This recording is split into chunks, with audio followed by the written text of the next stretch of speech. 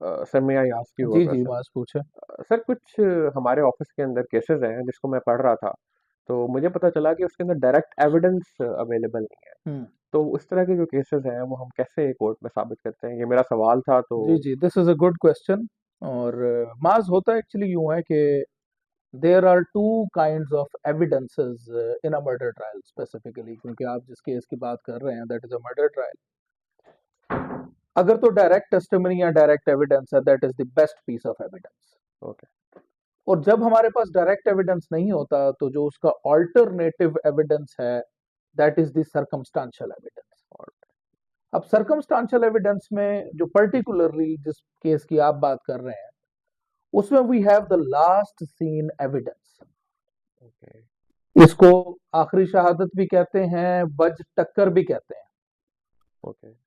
तो last seen evidence जो है, it is a form of circumstantial evidence mainly used in the murder cases. Okay. क्योंकि अगर कोई बंदा जिंदा है किसी हर्ट केस के अंदर तो जरूरत नहीं है, ठीक। क्योंकि he is the injured PW. Yes. Problem murder case में है कि भाई दो बंदे इकट्ठे थे, हमने देखा कि A and B was together हाँ।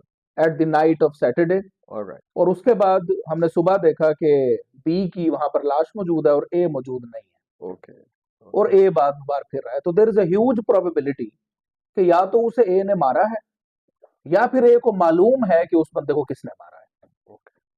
ठीक है। तो that is the last seen evidence कि हमने लास्टली इन दोनों बंदों को देखा था। अब इसमें जो एविडेंस है वो to the extent of murder नहीं है, ओके। कि no one has seen a killing B, okay. But they have lastly been seen together. So this is the last seen evidence. इसमें जो टाइम प्रोक्सिमिटी है वो that is very important. Okay. Time proximity के जो gap है, alright. Alright. Gap is very important. कि अगर short gap है तो it strengthens the prosecution case, लेकिन अगर लॉन्ग गैप है तो फिर प्रोसिक्यूशन केसेस भी क्यों। यार एक हफ्ता पहले मैंने देखा था ए और बी टुगेदर थे, वो यार एक हफ्ते में तो कुछ भी हो सकता है। मैंने 2 घंटे पहले देखा था ए और बी इकट्ठे थे। तो ये प्रॉक्सिमिटी जो है, गैप शॉर्ट है तो there is a huge probability कि इस बंदे ने मारा है या इसको पता है। सर या तो तुम कहो कि तुमने मारा है, अगर तुमने नहीं मारा तो हमें बताओ कि क्या हुआ है। Alright. So alright. This is the last seen evidence. You are asking something. Yes, sir. So, what is the importance of corroboration in QSO and to prove our case, बिल्कुल, you are especially absolutely in right. murder trial? अब जो last seen evidence है, it is alone an insufficient piece of evidence and it needs collaboration. Okay. It needs collaboration with the Right. Recovery of weapon. Yes. It needs collaboration with the medical evidence, postmortem हो गया। And it also needs the collaboration with the motive. Okay.